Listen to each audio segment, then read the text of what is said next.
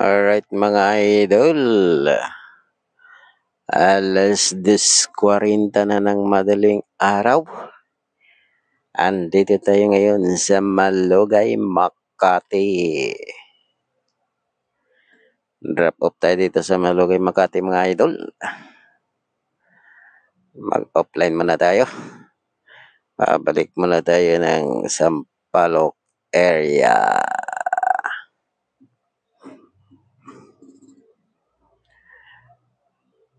Baka abutin tayo ng sikat ng araw dito mga idol kung mag-open tayo ng apps.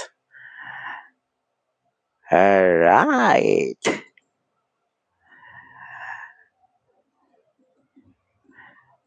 Diretso na tayo. Nag-shortcut tayo dito mga idol. Ito yung pinaka-shortcut sa Malugay para pag left turn tayo papuntang Osmeña. Ayan, mag-left turn na tayo dito mga idol. Dito pa rin tayo sa Makati. Para matumbog natin ang Osmeña, kailangan nating magkaliwa sa dulo. Pagdating natin sa dulo, kakanan tayo sa Malugay dahil yung Malugay na yun ay one way yun mga idol kapag nakatawid na tayo sa may Riles. Eto mga idol, kakaliwa tayo. Pagtumbok natin yung Malugay, kakanan naman tayo. Ayan, pagtawid natin ng Riles 1, kakanan na tayo sa Osmeña Highway.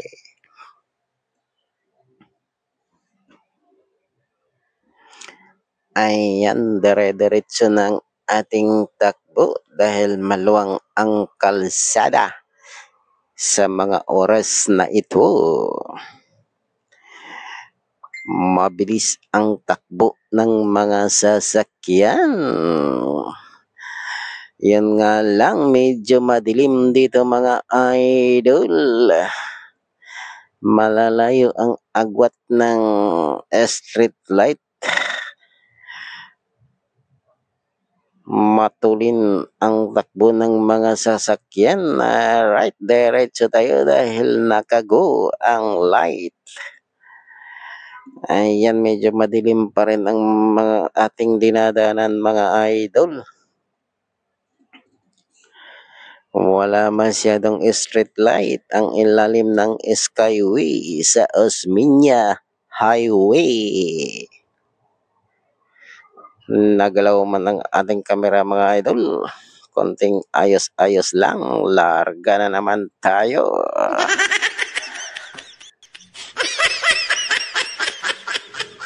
Ayan, madilim pa rin ang ating dinadaanan. Medyo malapad kasing kalsada dito.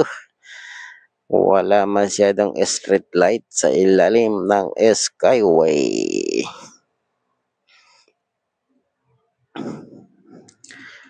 Tuloy-tuloy pa rin ang ating biyahe mga idol na kasamang pag-iingat. Dahil matutulin ang mga kasabayan nating sasakyan. Presence of mind na naman ang kailangan nating gamitin dito. Sa harap, sa likod, at sa side by side. Matutulin na talaga ang mga sasakyan kapag wala masyadong kasabay.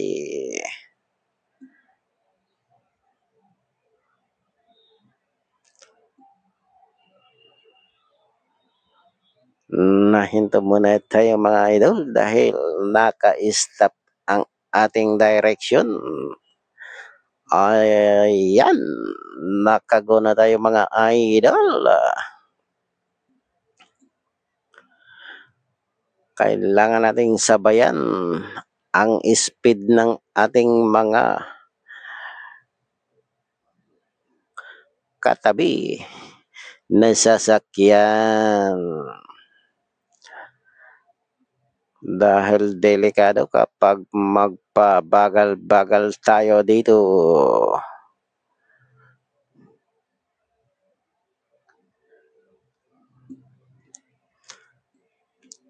Kailangan gamitan natin ng maximum speed kapag ganitong senaryo dahil maluwang ang kalsada.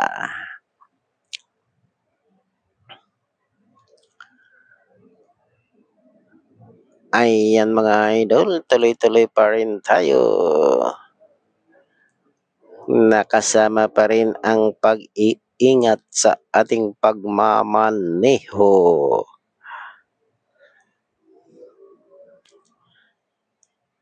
Para makarating tayong safe sa ating paroroonan. Ayan mga idol.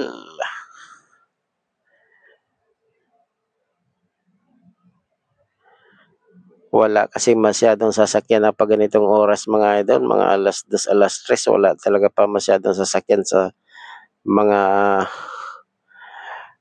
kalsada. Tahimik, medyo tahimik pang mga ang kalsada sa ganitong oras. Kakaliwa tayo dito mga idol, dito tayo sa Peña Francia Road, dadaan. Pandakan. Ang tagos naman natin nito sa may Otis.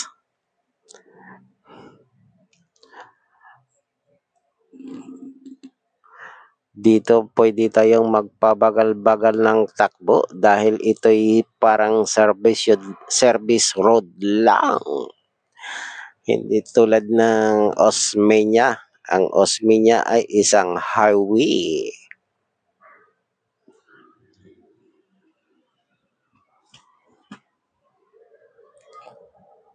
Yun nga lang mga idol. Madilim, walang masyadong street light. Ang bukod tanging ilaw sa kalsada, reflectorized light. Ayan, nasa stoplight na tayo ng Zamora. Alright, nakaguna tayo mga idol.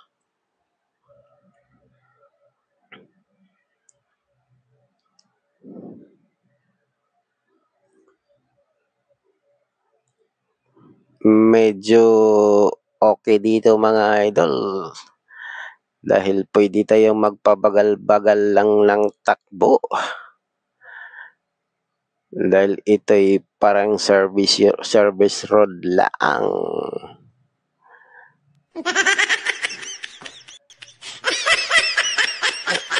Alright, andito na tayo sa may stoplight ng Otis Guanzon.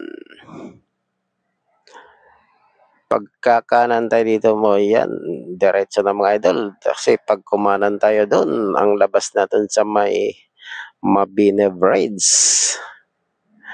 Dahil kumakaliwa tayo rito, ang tumbok natin nito sa may Romualdez Road.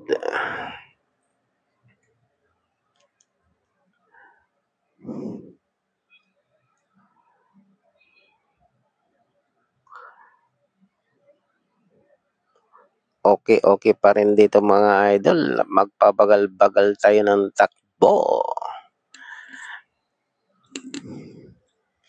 Dahil sa ganitong oras, mga private vehicle ang kadalasan lang dumadaan dito.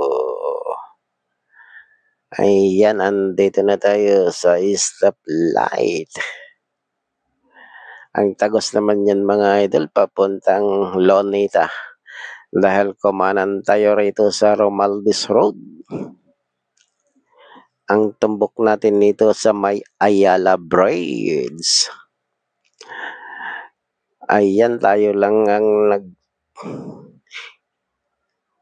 isang naglalakbay dito. Buntutan natin yung mobile car. Parang mayroon tayong kasabay.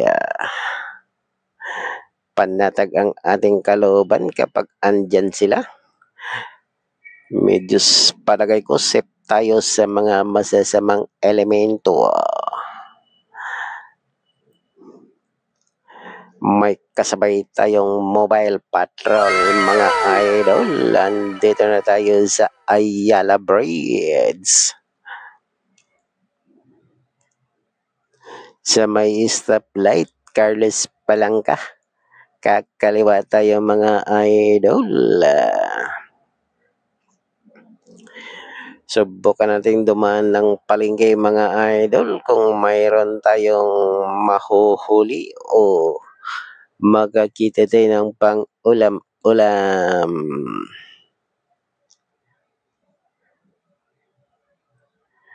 Ayan mga idol, andito tayo sa palengke.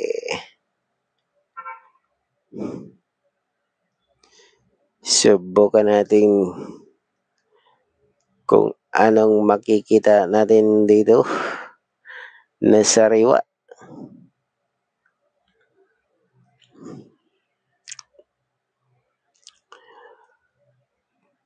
Palagay ko wala masyadong sariwa ngayon dahil maliwanag ang buwan. At mayroon pang masama-samang panahon.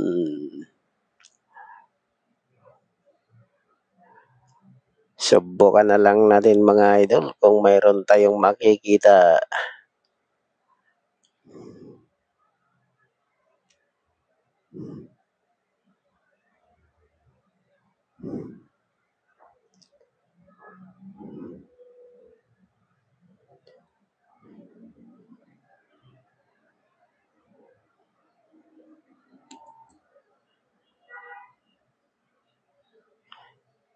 Maraming isda mga idol, kaso lang hindi natin alam kung sariwa. Subukan nating silipin mga idol kung pwede pa. Kung ano mang mayroon, titingnan natin mga idol.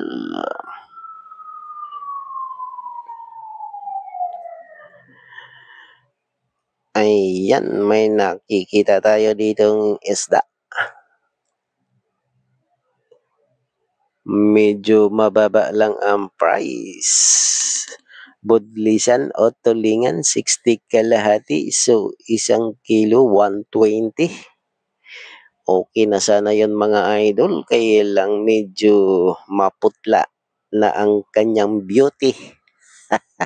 Ay, maputla na ang kanyang beauty. Subukan nating silipin muli, titingnan natin uli. Ayan mga idol, hindi na hanggang dito lang mga idol, hindi tayo nakabili dahil hindi na